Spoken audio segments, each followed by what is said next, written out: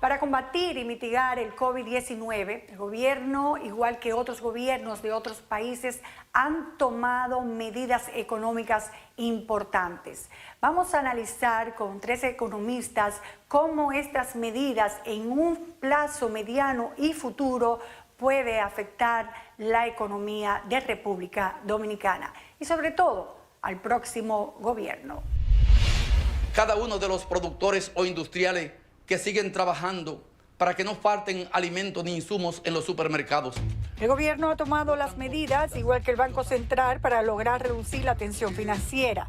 Por ejemplo, las instituciones recaudadoras de GI Aduanas, empresas como las EDES y los bancos, se ha dispuesto que las obligaciones de los clientes con esas instituciones y empresas se pospongan hasta 3 meses. Además, se han identificado las fuentes para financiar el costo de las medidas anunciadas para apoyar el empleo en los sectores formal e informales y la salud. Se dispone de un monto aproximado de 32.000 millones de pesos. 12.000 millones serán obtenidos a partir de los recursos del Instituto Dominicano de Prevención y Protección de Riesgos Laborales. Además, un desembolso de 150 millones de dólares por un financiamiento del Banco Mundial. Se le inyectó liquidez a la moneda extranjera por un monto de hasta 300 millones de dólares a través de operaciones de repos de 90 días. Para los sectores económicos en que se ha dispuesto el cese temporal de operaciones, se anunció que el gobierno se compromete a entregar hasta 8.500 pesos del salario de los empleados formales que hayan sido suspendidos. Estas y otras medidas vamos a analizarla en este momento. De paz, de unión. Muy buenas noches a todos. Gracias por participar en este debate que tenemos financiero de las medidas tomadas por el presidente, por el Banco Central también. Tenemos a don Arturo. Buenas noches, don Arturo, quien es economista, secretario de Asuntos Económicos del PRM. Teníamos también a Ciriaco Cruz, vicedecano de la Facultad de Economía de la UAS, y a nuestro querido economista de siempre, Henry Gebral. Gracias por estar con nosotros. Buenas noches. Estas medidas en mi bolsillo, ¿cómo me mejoran la vida? Comenzamos con Henry.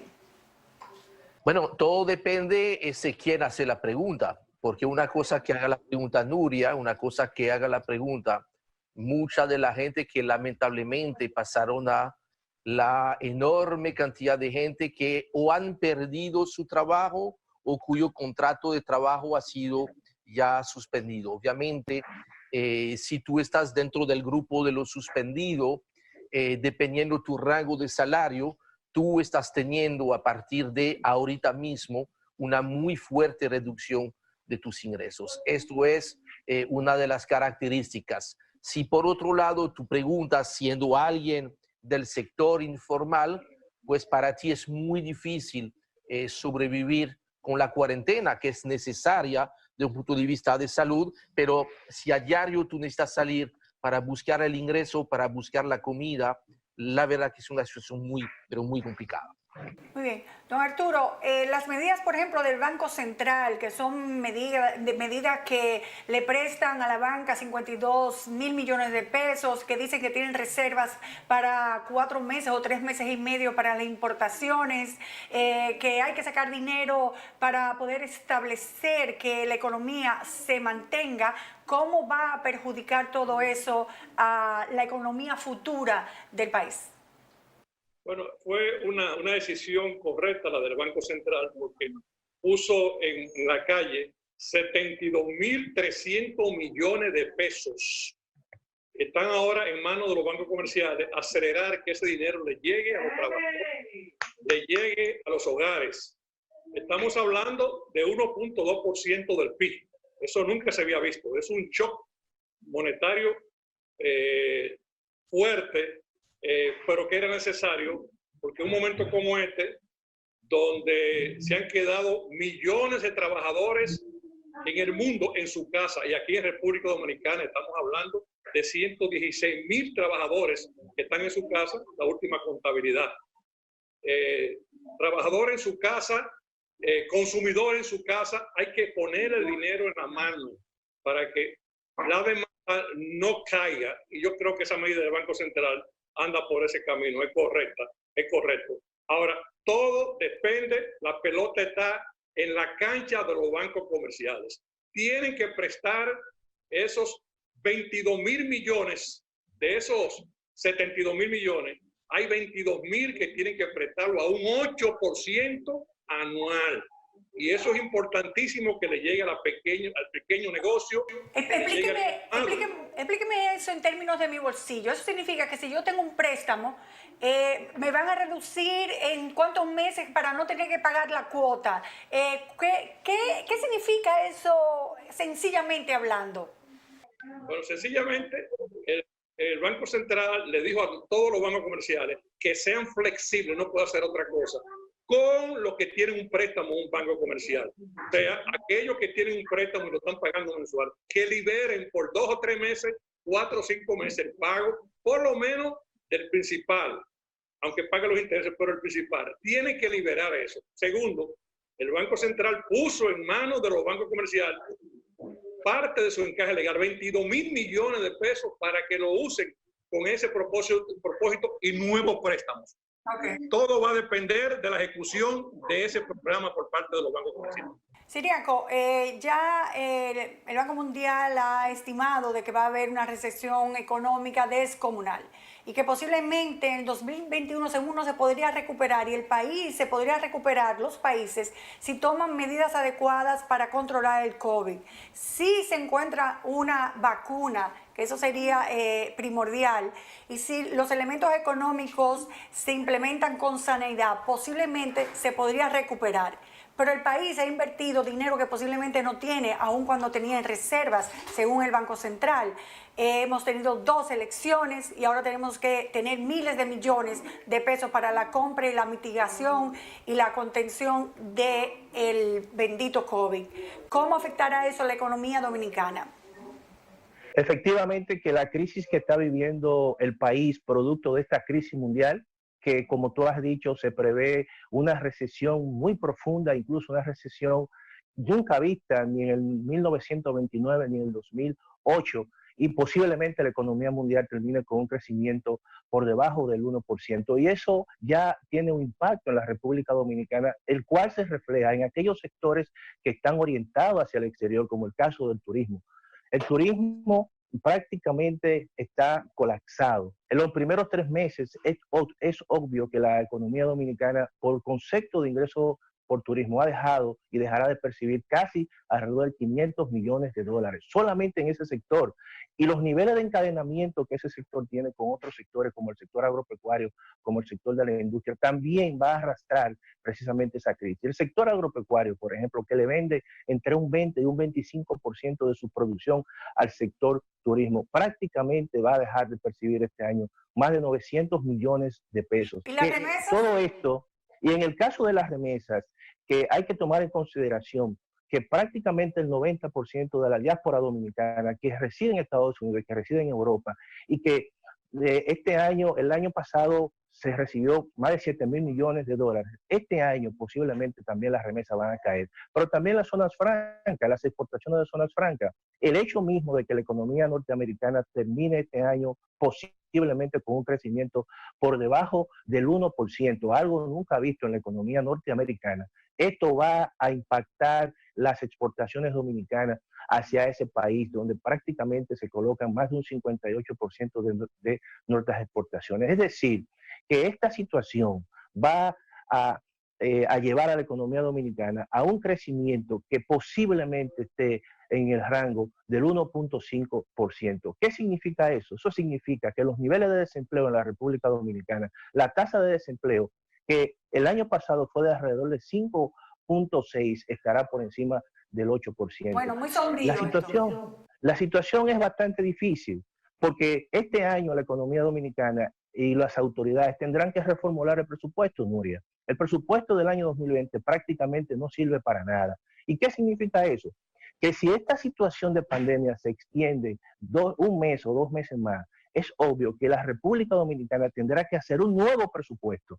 Pero además, eso significa mayores niveles de colocación de deuda, porque no hay otra manera de tener más recursos. Todos los países se están endeudando y no hay forma. Un país como este, que 12 años precisamente con déficit, y en los momentos de vaca gorda que debió de reducir el déficit, todo lo contrario, prácticamente el déficit se mantuvo y esa situación lo ha agarrado en estos momentos, en los momentos de vaca flaca. Y es obvio que no le queda otra alternativa que reformular el presupuesto, que aumentar los niveles de deuda pública. Solamente un dato para que tú sepas, Nuria.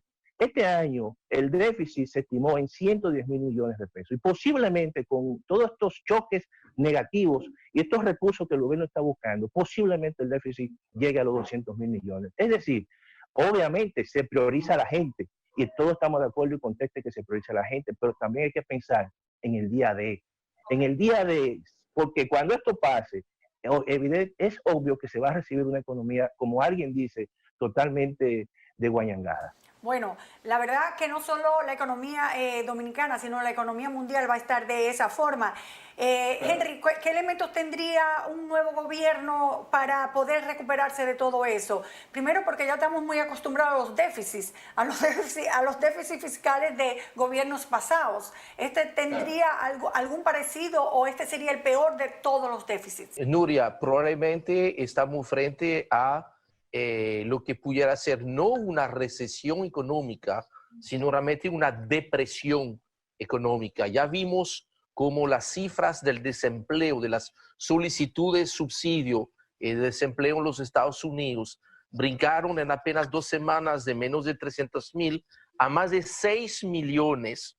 Estamos hablando que el PIB de la economía americana en el segundo trimestre puede ser que sufra una caída de un 20%.